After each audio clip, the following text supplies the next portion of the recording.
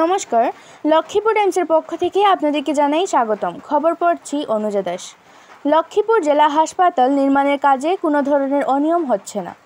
হাসপাতাল নির্মাণ কাজে প্রকল্পের সব ধরনের নিয়মকানুন মেনে নির্মাণ কাজ চালিয়ে যাওয়া হচ্ছে। সম্প্রতি সংবাদ মাধ্যমে লক্ষ্মীপুর জেলা হাসপাতাল নির্মাণ কাজে অনিয়ম চলছে বলে যে সংবাদ প্রকাশিত হয় তাহা সঠিক নয় বলে সাংবাদিকদের বললেন লক্ষ্মীপুর হাসপাতাল নির্মাণের দায়িত্বে থাকা প্রজেক্ট ইনচার্জ সুশীল শর্মা। তিনি আরও বলেন, লক্ষ্মীপুর হাসপাতাল নির্মাণ কাজে যে সকল দ্রব্য সামগ্রী ব্যবহার করা হচ্ছে তাহা সব পরীক্ষা করেই ব্যবহার করা হচ্ছে। এমনকি বালি পাথর সব ল্যাবের মাধ্যমে পরীক্ষা করে ভালো কোয়ালিটির বালি পাথর ব্যবহার করে কাজ চলছে। তাছাড়া কাজের স্থানে বৃষ্টির জল জমে গিয়ে এক মিনি বন্যার রূপ নিয়েছিল জায়গাটি, তাই কাজের গতি হ্রাস হয়ে পড়ে গত 3 মাসে। বর্তমানে কাজ দ্রুত গতিতে চলছে, তবে নির্ধারিত সঠিক সময়ের মধ্যে লক্ষ্মীপুর জেলা হাসপাতালের কাজ সমাপ্ত হবে বলে প্রজেক্ট ইনচার্জ সুশীল শর্মা জানান।